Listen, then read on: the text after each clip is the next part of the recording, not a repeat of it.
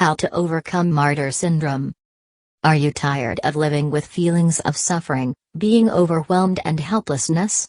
You may have martyr syndrome.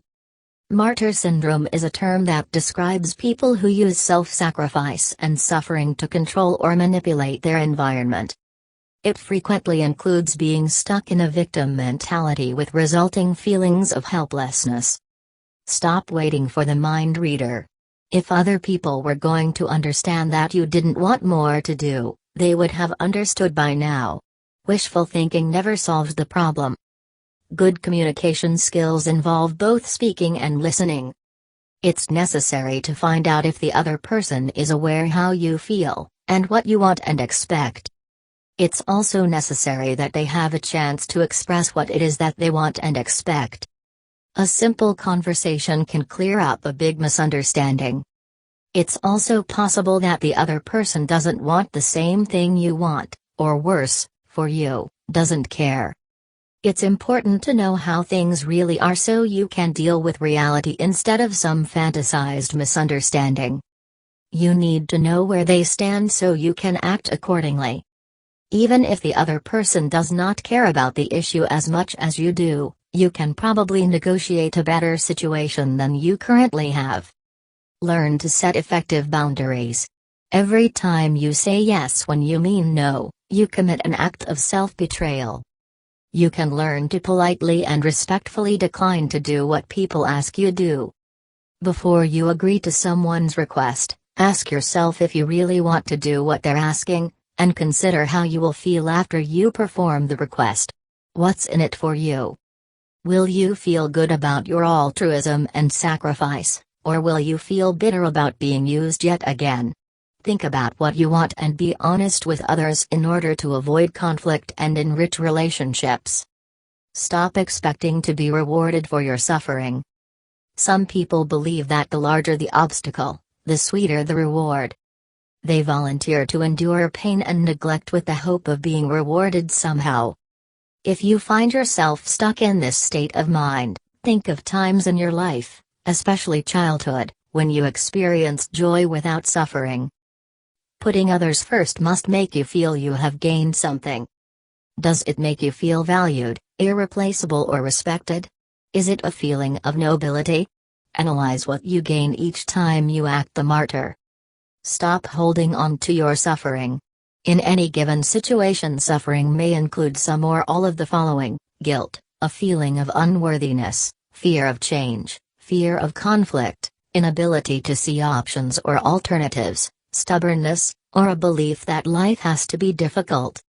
These beliefs can then lead to resentment, anger or depression. Letting go of suffering is analogous to going to the bathroom. There are no feelings of guilt, unworthiness, fear of relief, and certainly there is no stubbornness about going to the bathroom. When you feel enough discomfort, you go to the bathroom. Look at holding on to your suffering the same way. Relief is possible, it's a good thing and you are worthy of it. Examine your beliefs. Martyrdom is closely associated with many of the world's religions in terms of people suffering and dying for their beliefs. What are the beliefs that you're suffering for? Are you trying to live up to an impossible standard? Demanding perfection from yourself? Feeling guilty? Are you believing your inner critic? A good question to ask yourself throughout the day is, am I enjoying what I'm doing right now? If not, why am I doing it? Most of your answers will probably sound like because I want, or because I believe I should. Take responsibility. Regardless of the reasons why you're in the situation you're in, take responsibility for dealing with it as it is now. Ask yourself, what do I do that contributes to the problem? And what can I do to make the situation better?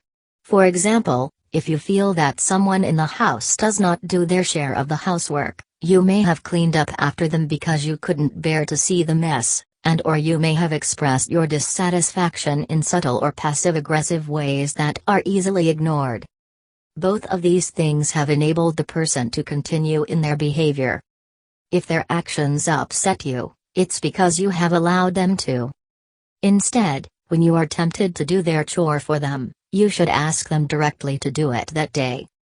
When you ask, Be calm and neutral in your tone, avoid showing irritation or hurt.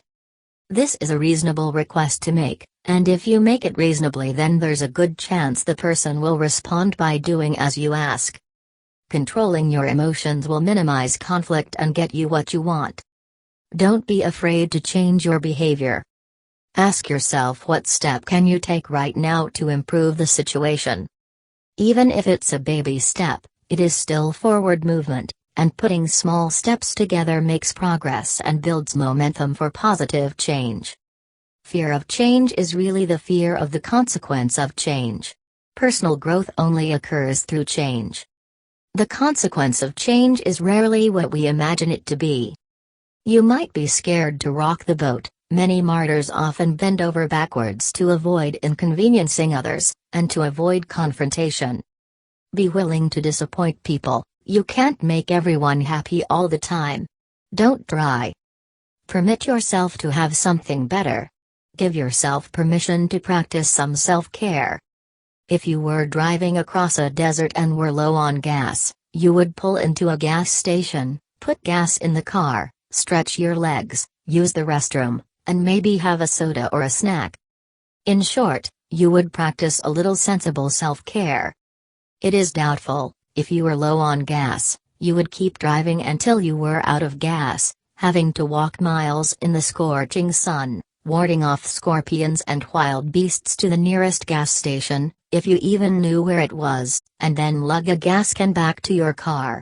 Give yourself permission to engage in a little self-care. Your car can't run on an empty tank, and neither can you. Every day, take some time to do something healing or fulfilling for you. Take a bubble bath, exercise, write in a journal, or meditate for an hour.